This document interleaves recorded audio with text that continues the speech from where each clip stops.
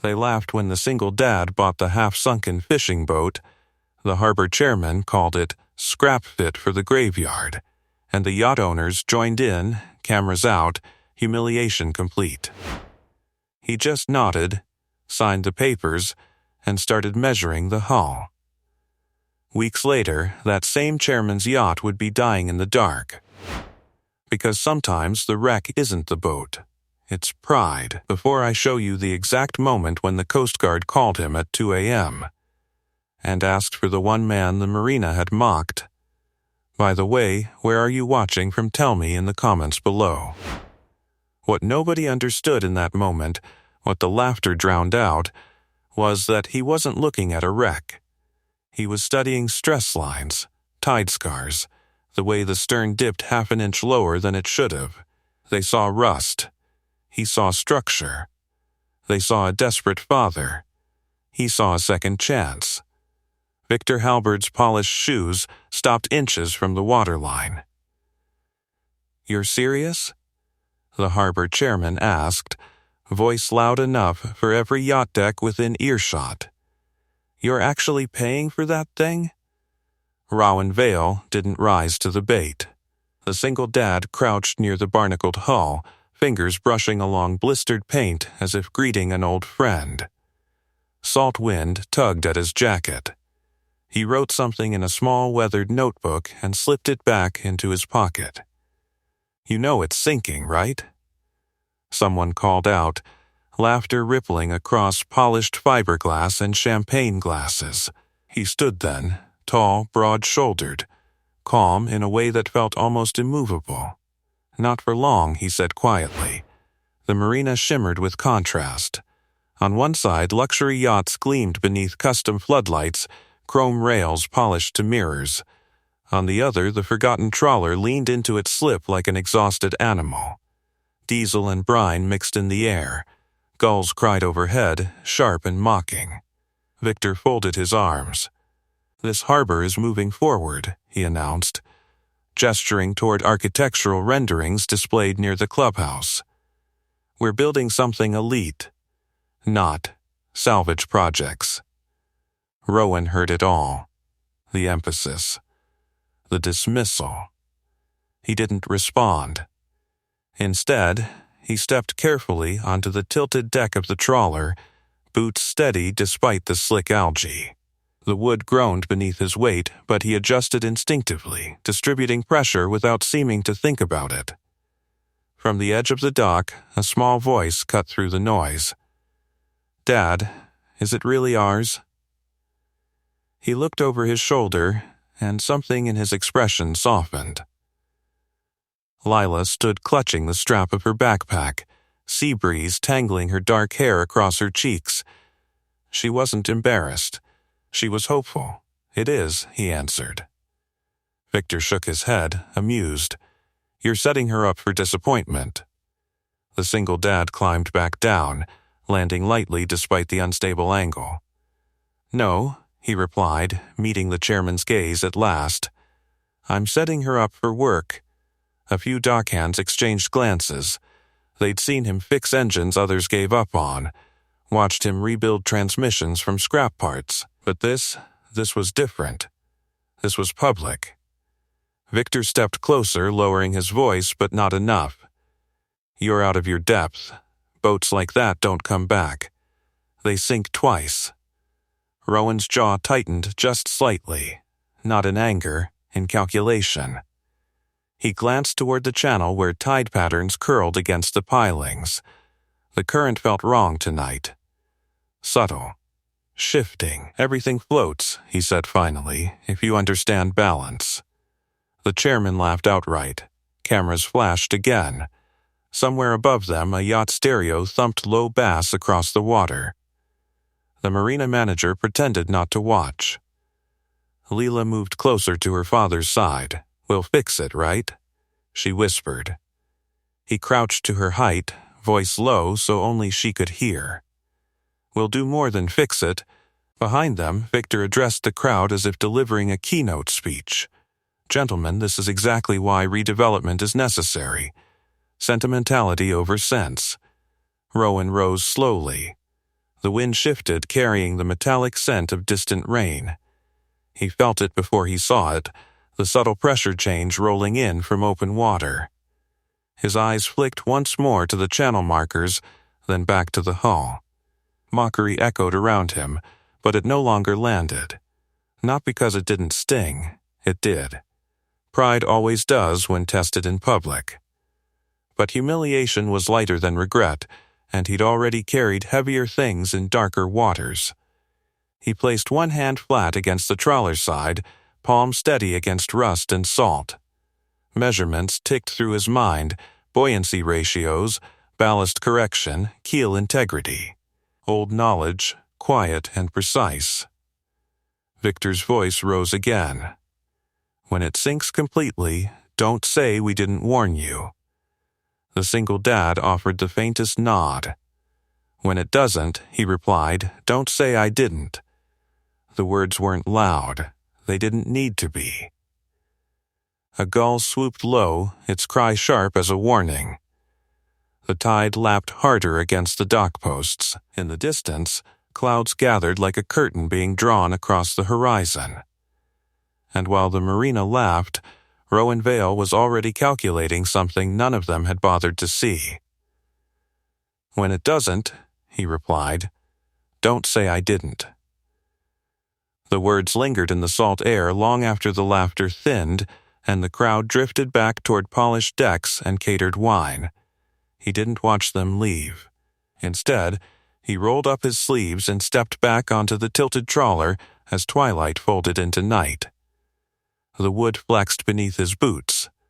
He adjusted automatically, shifting weight to compensate for the starboard lean. Leela stood on the dock, hands wrapped around a thermos he'd packed for her. Cold? He asked. A little. He tossed her his spare beanie without looking. She caught it on instinct, smiling like this was already an adventure. Floodlights from the yacht club cast long white beams across the water. Beyond them, the luxury slips shimmered in calm opulence, polished hulls, quiet generators humming, soft music drifting over the tide. Here at the edge of the working dock, everything smelled of rust and diesel. He pried open a corroded hatch and leaned down, listening, not looking. Listening. Water tapped rhythmically against inner plating. A hollow echo returned from deeper inside the hull. He closed his eyes briefly, mapping the sound the way some men read blueprints. She's not rotted through, he murmured. Leela tilted her head. You can tell from that? Most people look, he said. They don't listen. He reached for a length of chalk from his pocket and marked a thin line along the exterior seam. Then another, measured angles with a tape worn soft at the edges. His movements were steady, almost surgical. A pair of yacht owners walked past, their laughter subdued now, but still sharp enough to cut. He'll give up in a week, one whispered. He didn't respond, didn't even flinch. Instead, he climbed down again and retrieved a portable pump from his truck. The engine coughed once before settling into a steady growl. Water began to surge out of the bilge in uneven spurts, splashing into the harbor like the boat was clearing its throat after a long silence. Dad, why didn't you say anything back? Leela asked quietly.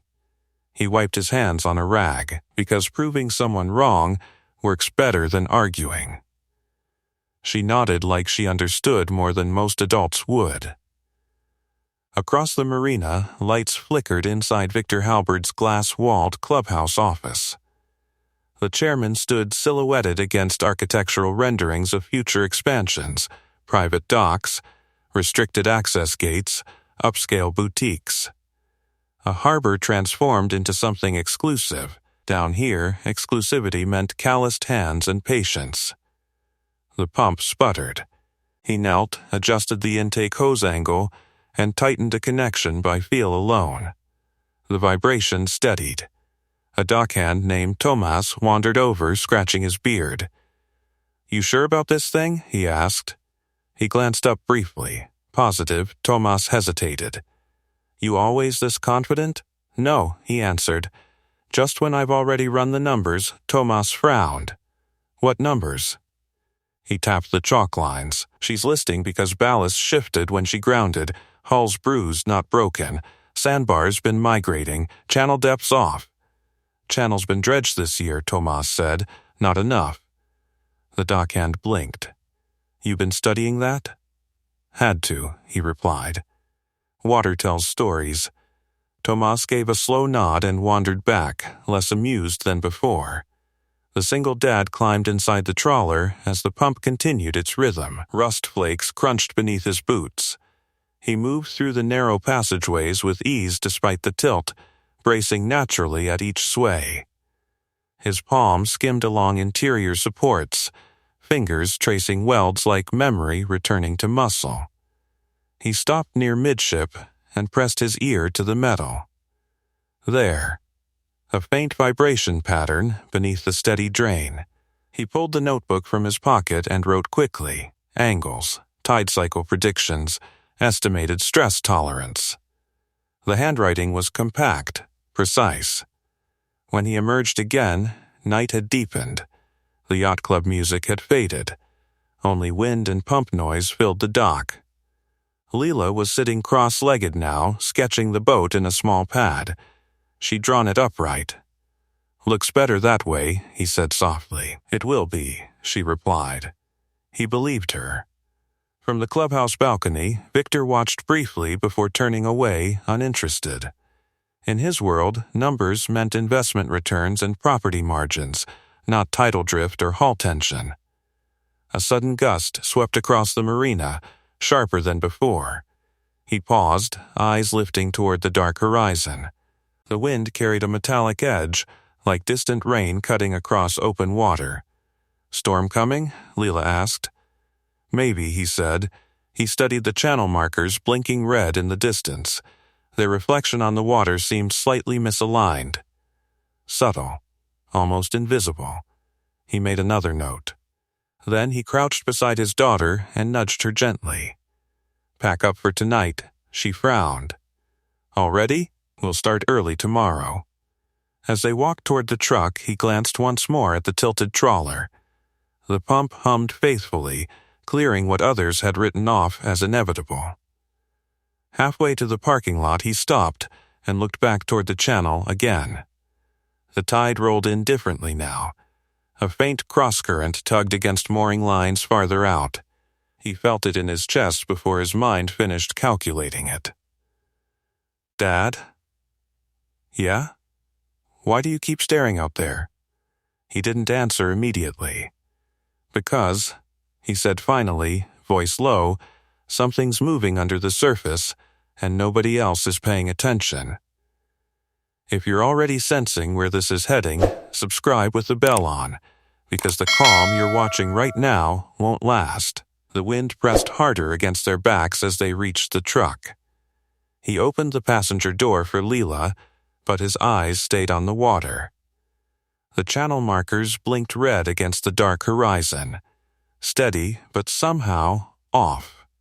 He didn't like off. The engine started with a low rumble. As they pulled out of the marina lot, the hum of generators and distant yacht music faded behind them. The harbor road curved along the shoreline, and for a moment the headlights caught the trawler's silhouette, leaning, patient, waiting. At home, he spread tide charts across the small kitchen table while Leela brushed her teeth. The house smelled faintly of motor oil and laundry detergent. A modest place, but steady. Framed photos lined the wall. One of Leela on his shoulders at the pier, another of her holding a tiny fish, grinning like she'd conquered the ocean. He circled numbers on the chart. Low tide had exposed more sand than usual this month. The dredging report filed by the harbor board showed safe clearance levels, but the math didn't add up. Not with the wind shear building offshore, not with the subtle angle shift he'd measured on the trawler's hull. He flipped to another page in his notebook and began calculating drift rates. A knock at the door interrupted him. Tomas stood outside, jacket half-zipped, hair windblown. "You still awake?" "Yeah." The dockhand stepped inside, glancing at the charts. Chairman's hosting a charter tomorrow night. Big investors. Champagne cruise through the channel. He didn't look up. Weather windows narrowing. Forecast says scattered showers. He exhaled slowly. Forecast doesn't measure sand. Tomas shifted uncomfortably. "You think it's dangerous?" "I think the channel's shallower than they believe." Silence settled between them. "You gonna tell him?" Tomas asked. He closed the notebook. He wouldn't listen. Tomas hesitated. Maybe he should. "Maybe," he said quietly. But men like that don't hear warnings from guys with oil on their hands. The next afternoon, the marina buzzed with polished energy. Catering vans arrived. Investors in pressed linen stepped onto gleaming decks. Victor Halberd moved through the crowd with effortless authority, shaking hands, promising transformation. From the working dock, he tightened bolts on the trawler's pump mount, pretending not to watch. Leela stood nearby with a small toolbox, handing him wrenches without being asked. "That the fancy boat?" she whispered, nodding toward the largest yacht in the harbor. "It is. Looks heavy. It is." She studied the hull. "He know about the sand?" He paused. "No," he said.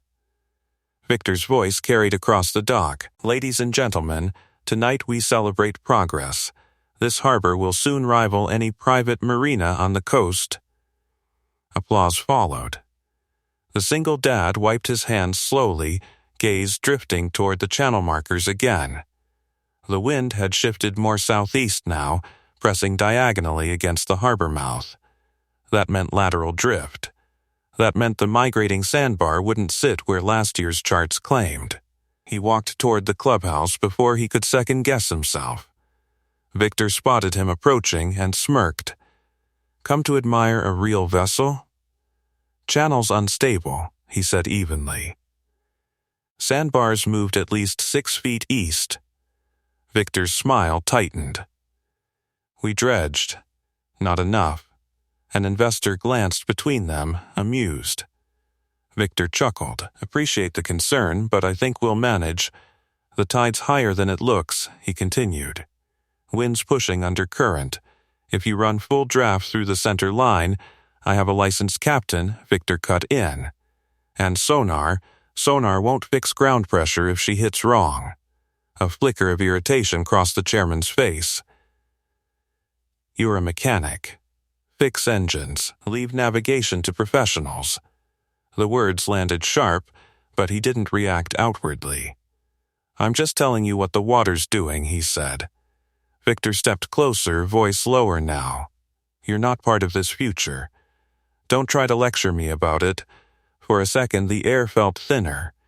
He could have pushed harder. Listed credentials.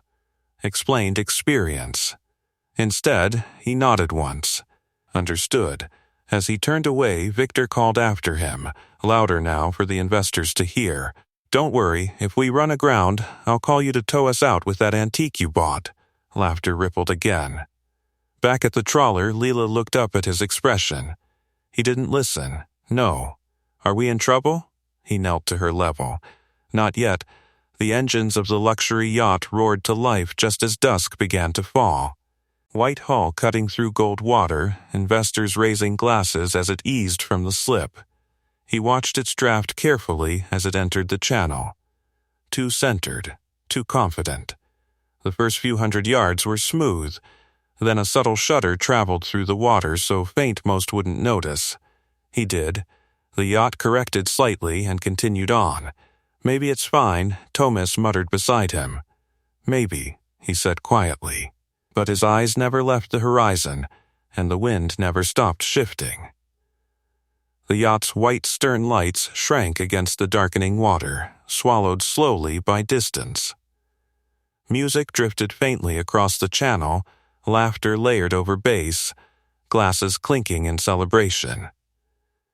Investors leaned against polished rails, silhouettes relaxed beneath string lights that trembled in the rising breeze. On the working dock, he felt the tremble differently.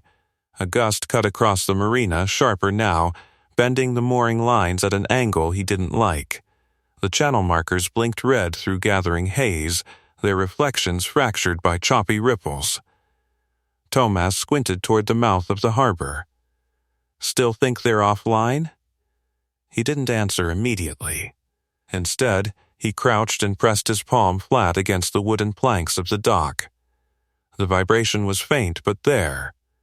Water pushing from beneath instead of across. "Wind's turning faster than forecast," he said quietly. Behind them, the trawler's pump continued its steady rhythm, clearing the last inches of stubborn water from the bilge. The old hull groaned as it settled, almost grateful. Leela hugged her arms around herself. "It feels weird." "It is," he replied. Across the channel, lightning flickered deep inside thickening clouds, not dramatic yet, just a pulse of distant electricity. The kind sailors respected. Victor's yacht disappeared briefly behind a low fog bank rolling in from open water.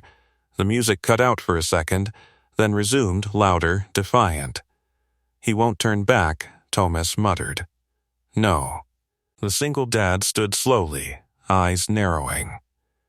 The tide was cresting earlier than the chart predicted.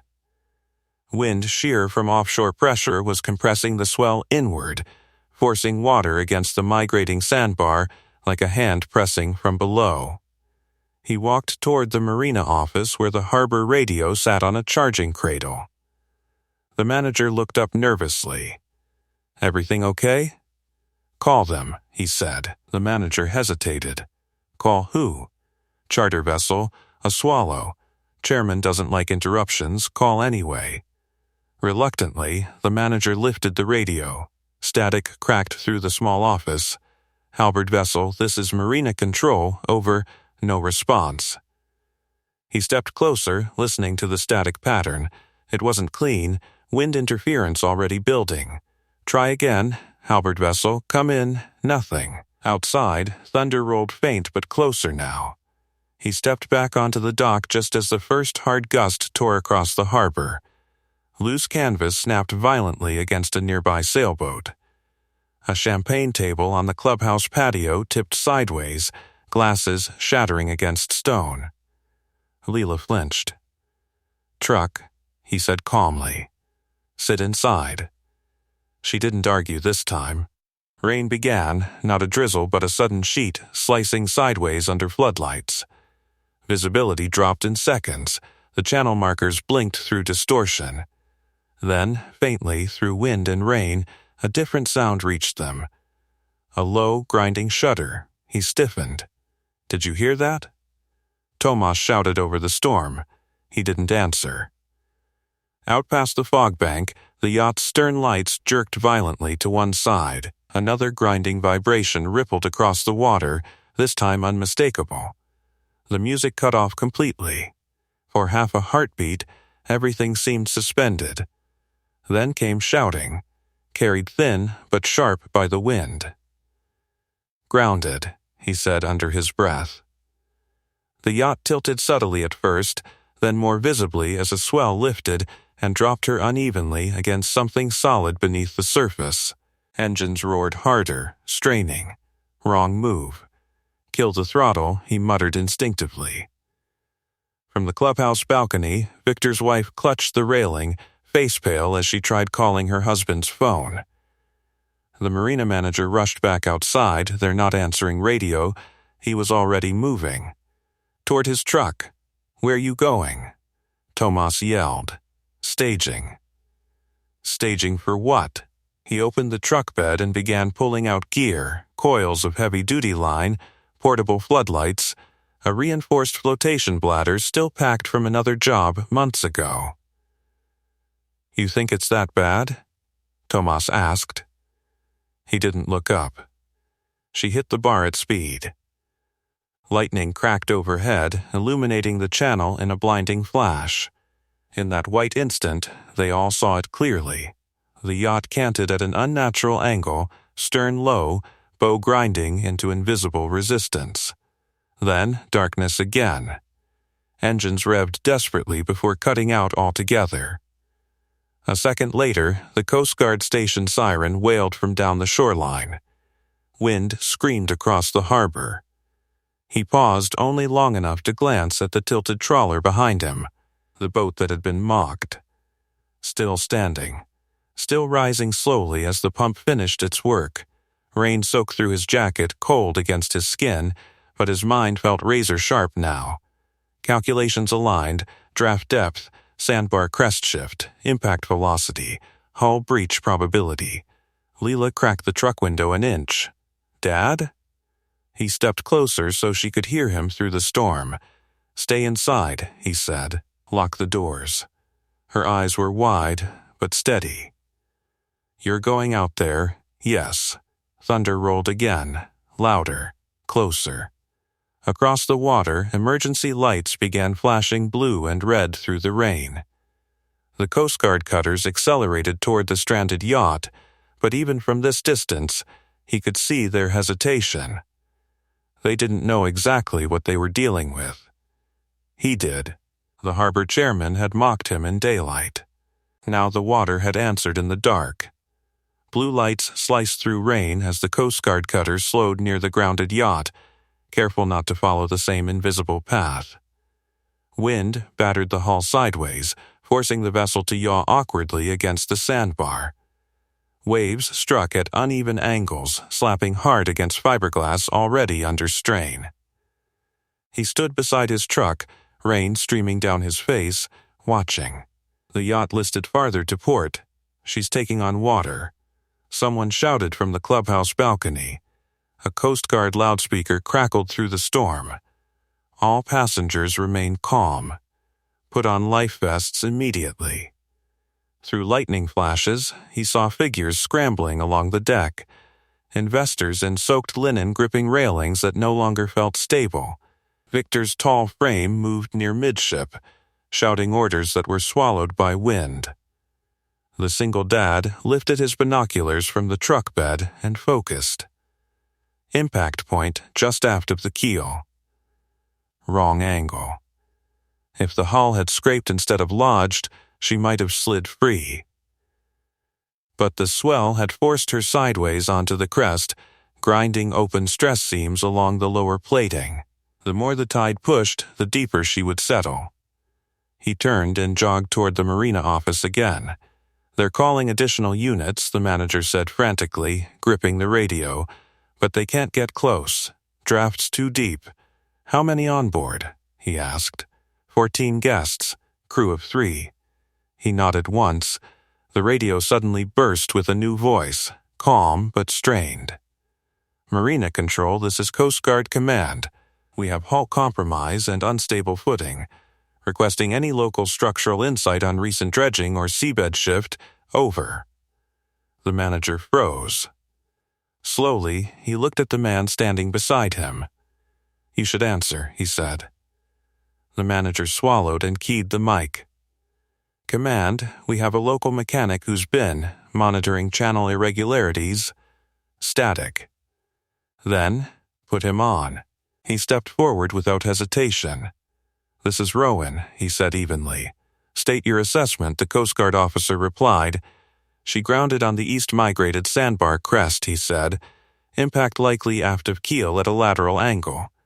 If she powers forward, she'll widen the breach. If she reverses, stern drops." A pause. "That aligns with our visual," the officer admitted. "Recommendations? Cut all engine power if not already. Distribute weight forward. Evacuate non-essential passengers portside to counterbalance roll. Do not attempt tow until ballast stabilizes." Another crack of thunder split the air. "Can you confirm seabed contour shift?" The officer pressed. "Yes," he replied without hesitation. 6 to 8 feet east of charted line. Silence followed, heavy, assessing. "Stand by," the officer said finally. He lowered the mic. Tomas stared at him. "You knew exactly where she hit." He didn't answer. Outside, lightning revealed chaos on deck. Guests clung to railings. One crew member slipped but was caught. Victor's voice carried faintly across wind, angry, desperate. A second Coast Guard vessel approached but halted abruptly, engines idling as they recalculated approach depth. The yacht groaned again, metal under strain, fiberglass grinding. "She's settling," he muttered. The marina manager's phone rang. He glanced at the screen and blanched. It's him. He didn't need to ask who. The manager answered shakily and put it on speaker. "Why the hell can't they get closer?" Victor's voice roared through static and wind. "We're pinned." The channels shifted. The manager stammered. "I don't care about sand." Victor snapped. "Get me off this thing." He stepped forward and took the phone gently. "Kill your forward ballast pump," he said calmly. There was a stunned silence on the other end. "You?" Victor breathed. "Yes. I don't need advice from." "You do." He cut in, voice still level. "Your stern's dropping faster than your bow. Counterweight or you'll roll when the next swell hits." Wind howled across the line. Another grinding jolt shook the yacht. "How do you know that?" Victor demanded, voice thinner now. "Because she didn't just ground," he said. She twisted. For a heartbeat, pride battled fear on the other end. Then came the shift. "What do we do?" Victor asked. Outside, the Coast Guard loudspeaker barked new instructions: weight redistribution, life vest checks. They were listening. He closed his eyes briefly, visualizing hull stress and tide direction. "Move everyone forward and starboard," he said. "Now." Slowly, keep centerline clear. The storm intensified, rain slashing sideways under floodlights. The harbor watched from docks and balconies, silent now, the same witnesses who had laughed weeks earlier. He handed the phone back. The Coast Guard radio crackled again. "Rowan, this is Commander Elise Moreno. We're authorizing you to assist on site if you're willing." He met Tomas's stunned gaze. "I'm on my way," he replied. Before he moved, he looked toward the truck where Leela sat watching through rain-streaked glass. She gave him a small nod.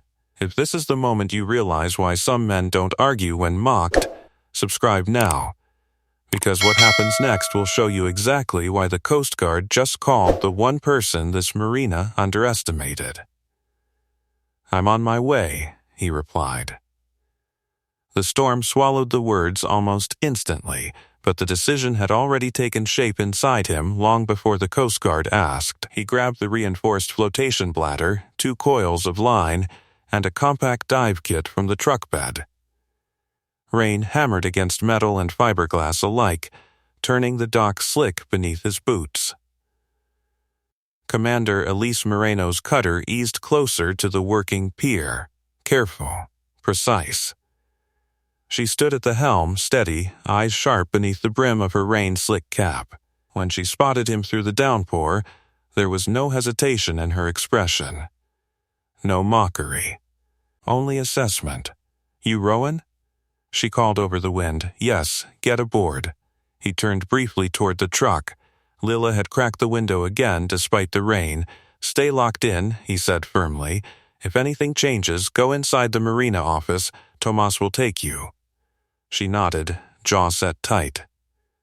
"Be careful," he didn't promise. He simply closed the door and ran. The cutter rocked violently as he stepped aboard. Diesel fumes mixed with seawater and ozone from lightning strikes. The deck crew secured his gear without question. Whatever Commander Moreno had seen in his voice over the radio, it was enough. "Quick summary," she said, guiding him toward the forward rail as they angled toward the stranded yacht. "Hull breach suspected mid-aft. Port list increasing. We can't tow from stern, too unstable. She's lodged sideways on the crest," he replied.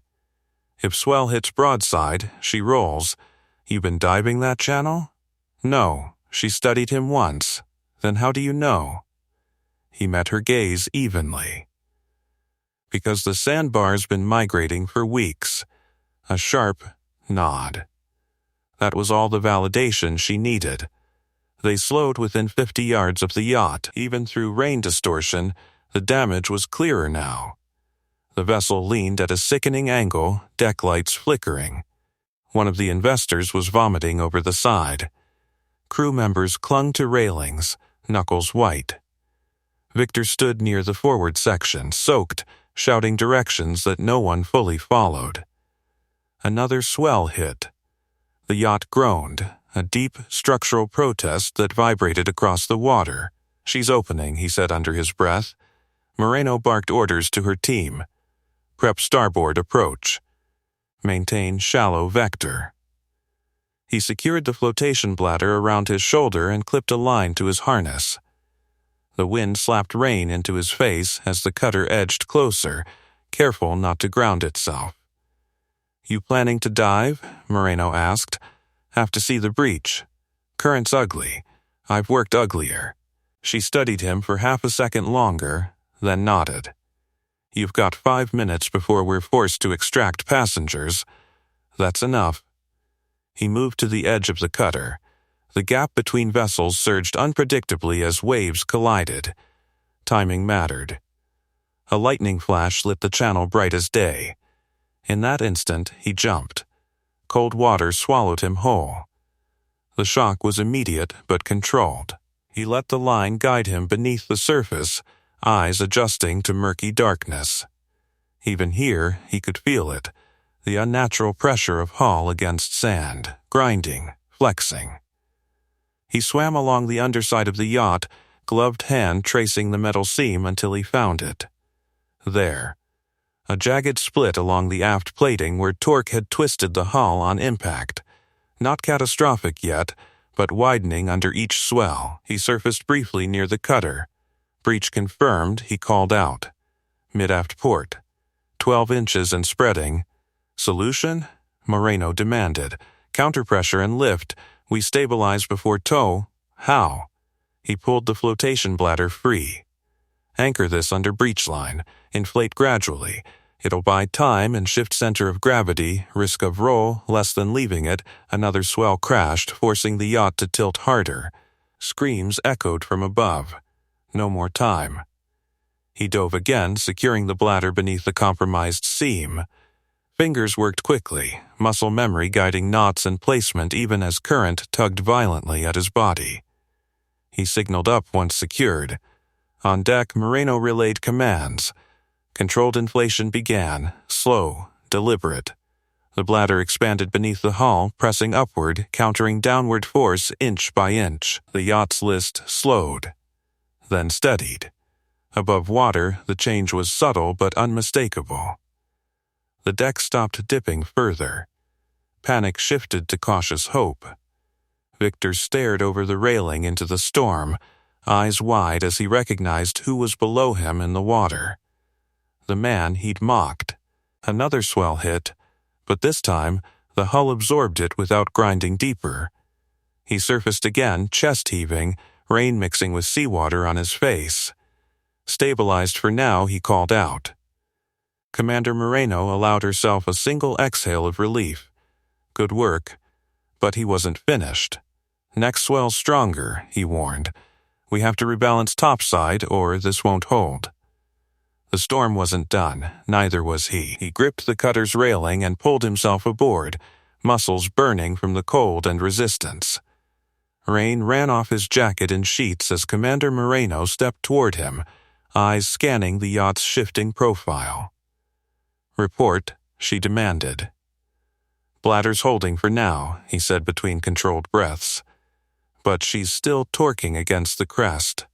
If we don't rebalance weight properly, the next surge will rip that seam wider. Moreno nodded sharply. What do you need? Authority, he replied without hesitation. They have to listen. She didn't waste time. Lifting a loudhailer, she projected her voice across wind and rain. All passengers aboard the halberd vessel, this is Commander Elise Moreno. You will follow the instructions of Rowan immediately. He has structural command authorization. The words cut through the chaos. Structural command. On the yacht, Victor froze, For a second, pride flickered across his face, then the deck shifted again beneath his feet, and reality won. He leaned over the railing, rain plastering his hair to his forehead. "What now?" he shouted down. The single dad met his gaze steadily. "Clear midship. Move everyone forward starboard. Slowly, no sudden shifts." Victor hesitated just long enough for another wave to slam against the hull. "Do it." He barked to his guests. They stumbled forward, gripping whatever they could. Crew members tried to maintain order, but fear made people clumsy. One investor nearly slipped again before being caught. "Easy," he called up. One line. "Keep low." The words weren't loud, but they carried authority that didn't come from wealth. Moreno angled the cutter closer, careful to maintain safe depth. "We can rig a secondary line from bow to our stern once weight's redistributed," she said quietly. "Not yet," he replied. "Let her settle." Lightning fractured the sky again, illuminating the yacht's wounded underside in stark white flashes. Each time the light hit, he recalculated angles in his head, center of gravity, buoyancy shift, stress load across compromised plating. He moved along the cutter's edge, tracking the yacht's tilt visually. The flotation bladder had bought them inches. Inches mattered. "Starboard's heavier now," Moreno observed. "Good." Another swell approached, taller than the last. "Brace." Someone screamed from the yacht. The wave struck broadside. For one terrifying second, the vessel lurched sharply toward port. Gasps and cries erupted. But then the redistributed weight took effect. The bladder absorbed downward pressure, pushing back just enough. The yacht rocked violently, but didn't roll. A collective breath released across both vessels. He exhaled slowly. Victor gripped the railing, staring down at him. Rain streaked across his face, indistinguishable from seawater. "You said it twisted," Victor called hoarsely. "It did," he answered. "How do you know that much about hull stress?" The question hung in the storm. For the first time since the grounding, there was no mockery in Victor's voice, only something closer to disbelief. He didn't answer directly. "Because water doesn't forgive bad angles," he said instead. "And neither does steel." Moreno stepped closer beside him. "We're ready to secure tow if you are." He studied the tide pull again. The swell cycle was beginning to shorten, storm peak approaching. That meant one narrow window before currents shifted again. "Bowline first," he said. Gradual tension. No jerks. Crew on the cutter moved immediately, rigging reinforced line toward the yacht's forward cleat. A Coast Guard diver secured the connection under his guidance. Victor watched everything now with silent intensity. The line tightened slowly. The yacht resisted at first, sand gripping her underside stubbornly. Then, inch by inch, the flotation lift and redistributed weight reduced ground pressure. "Hold steady," he muttered. Another swell approached, but this time, instead of driving the hull deeper, it lifted just enough. "Now," he said sharply. Moreno increased throttle gently. The yacht shifted. A grinding groan vibrated through the water, then a sudden, subtle release. "She's moving." Someone shouted. The vessel slid backward off the sandbar crest, guided by careful tension and balanced weight. Cheers erupted from the deck, ragged and disbelieving. But he raised a hand. "Not clear yet. Keep alignment." They eased her into deeper water by slow degrees until depth readings stabilized. The list gradually corrected as the bladder's support became supplemental instead of critical.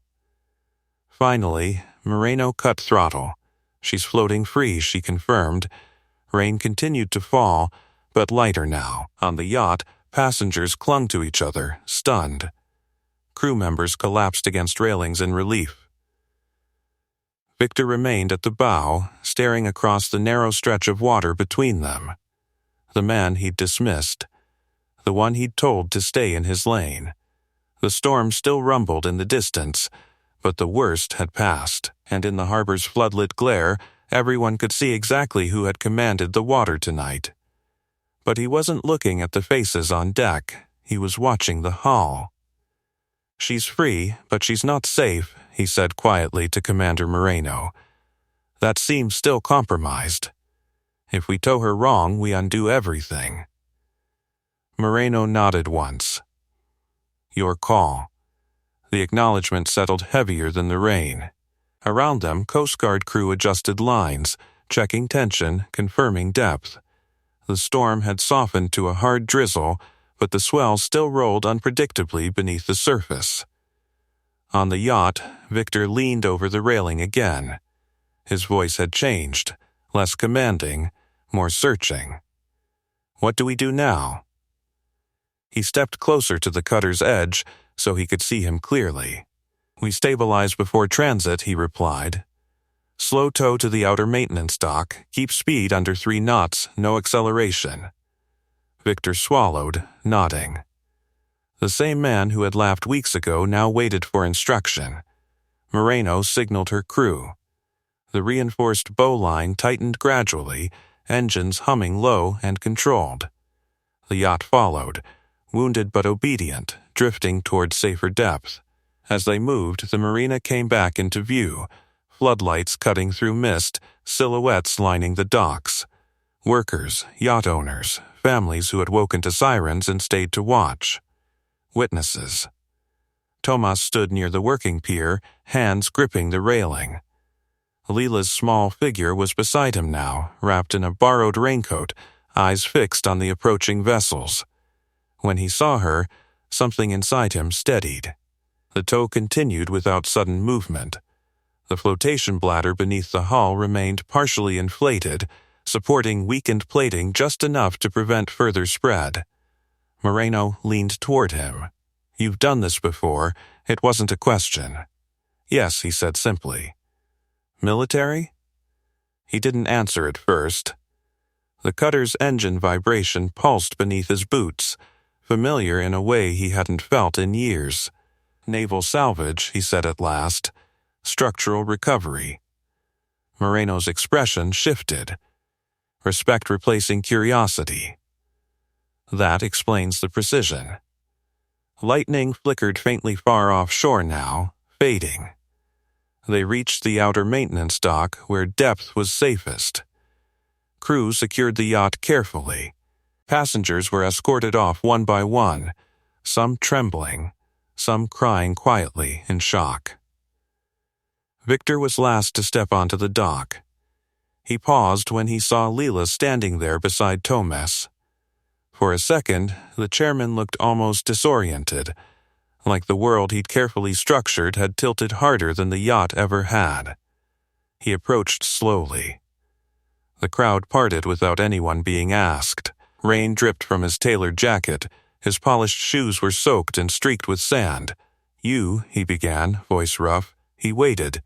Victor exhaled, struggling with something larger than pride. "You were right. No applause followed, no dramatic swell of music, just wind and the distant hum of emergency engines winding down. You warned me," Victor continued. "I didn't listen."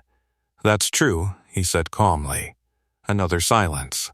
"Thank you," Victor added, quieter now. The words seemed to cost him. Around them, murmurs rippled through the onlookers. Yacht owners who had laughed. Investors who had applauded redevelopment plans. Dock workers who had kept their heads down. Moreno stepped forward, removing her cap briefly in acknowledgement. For the record, she announced clearly, voice carrying across the dock, this rescue was stabilized and executed under Rowan's structural direction. Without his intervention, we'd be discussing casualties. The air shifted. Victor's eyes flicked toward her, then back to him. "Is that true?" Someone whispered from the crowd. "It is," Moreno replied firmly. Leela's fingers curled around the edge of his jacket. He didn't look triumphant. He looked tired.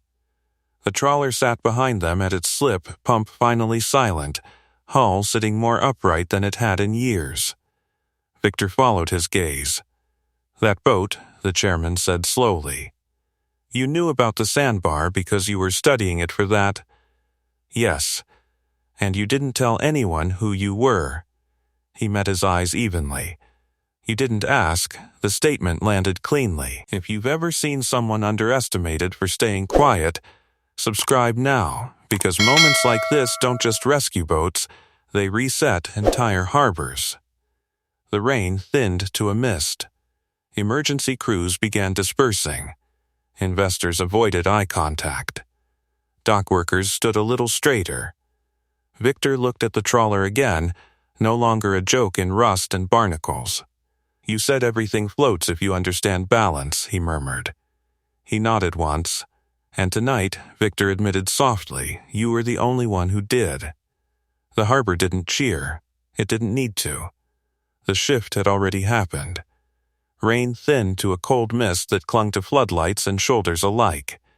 The marina, once loud with mockery and then panic, now felt stripped down to something honest. Engines idled low. Radios crackled softer. Even the wind seemed to exhale. He stepped back from the cutter as Coast Guard medics finished checking passengers. The flotation bladder beneath the yacht was carefully deflated and retrieved under his direction, each movement deliberate to avoid reopening stress along the damaged seam. "Pressure's holding," a diver confirmed. "It will for now," he replied, "but she'll need dry dock by morning." Victor stood a few feet away, listening as if every word were a verdict. Commander Moreno removed her gloves and extended a hand. "Official report will reflect your assessment and command role," she said. "You prevented a rollover." He shook her hand once, firm but brief. "You and your crew executed." "We executed your math," she corrected quietly. The statement wasn't loud, but several people nearby heard it.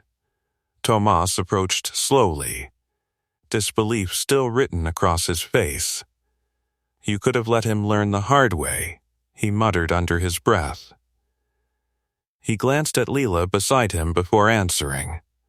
"Not with people on board." Leela squeezed his hand tighter. Across the dock, investors clustered in hushed conversation. The same men who had toasted redevelopment hours earlier now stared at the grounded yacht like it had betrayed them. A few looked toward the trawler, really looked for the first time. Victor finally stepped forward again, closer than before. No crowd between them now. "How long have you known?" he asked. "About the sandbar?" "Yes, 3 weeks." "And you didn't push harder?" He studied the chairman for a moment, rainwater dripping from both their jackets. "I told you," he said evenly. "You laughed. The words weren't cruel, just factual." Victor winced slightly, as if the memory replayed in sharper detail now that fear had cleared his pride. "I assumed you were guessing," Victor admitted. "You're a mechanic. I am. But you're more than that." He didn't respond. Commander Moreno stepped in again, voice carrying just enough for those lingering nearby. "Former Navy salvage engineer," she stated plainly. "Combat zone structural recovery." Specialized in hull stabilization under fire, a ripple moved through the dock like a quiet shockwave. Victor blinked.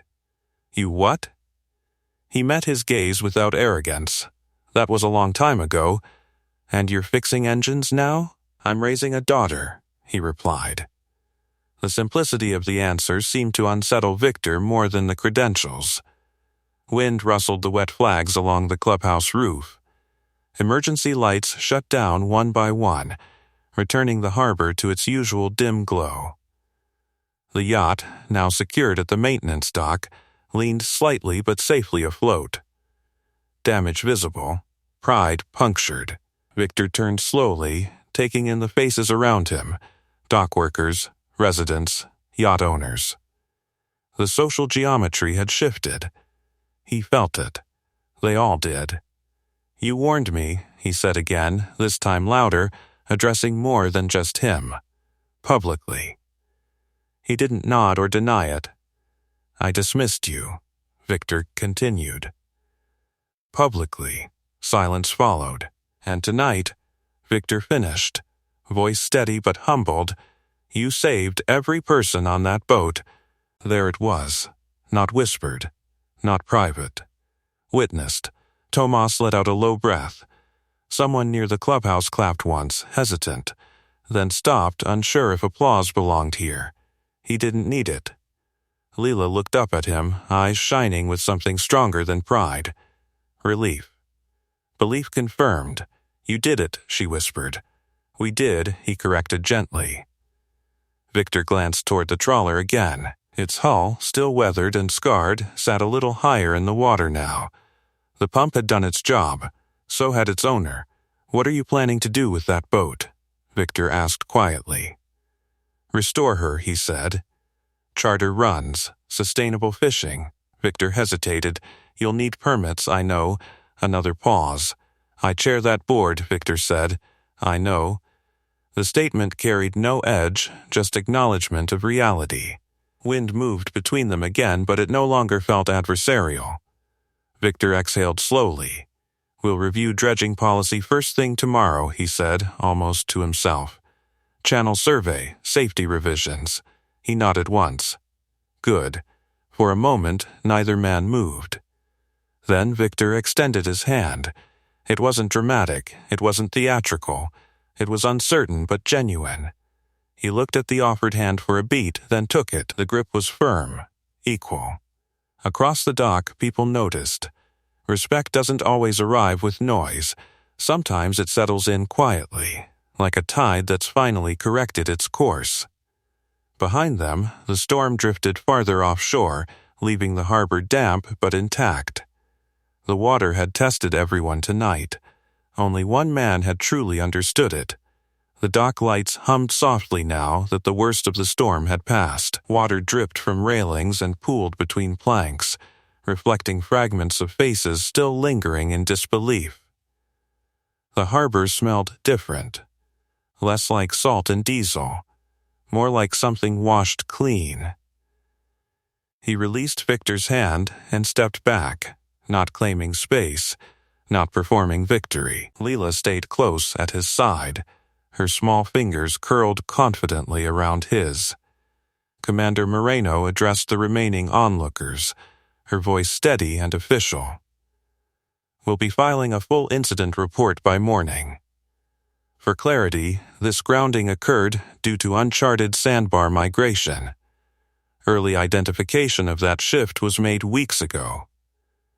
Her gaze shifted deliberately toward him and ignored. Tomas muttered under his breath, not quietly enough. A few heads turned. Victor heard it too. His jaw tightened, not defensively this time, but with recognition. Moreno continued. Had that migration been reviewed, tonight's situation might have been avoided. Fortunately, someone was paying attention. Silence pressed gently over the dock. Victor stepped forward again, this time facing not just him, but the small crowd that had gathered. Investors, marina staff, yacht owners, even the bartender from the clubhouse stood within earshot.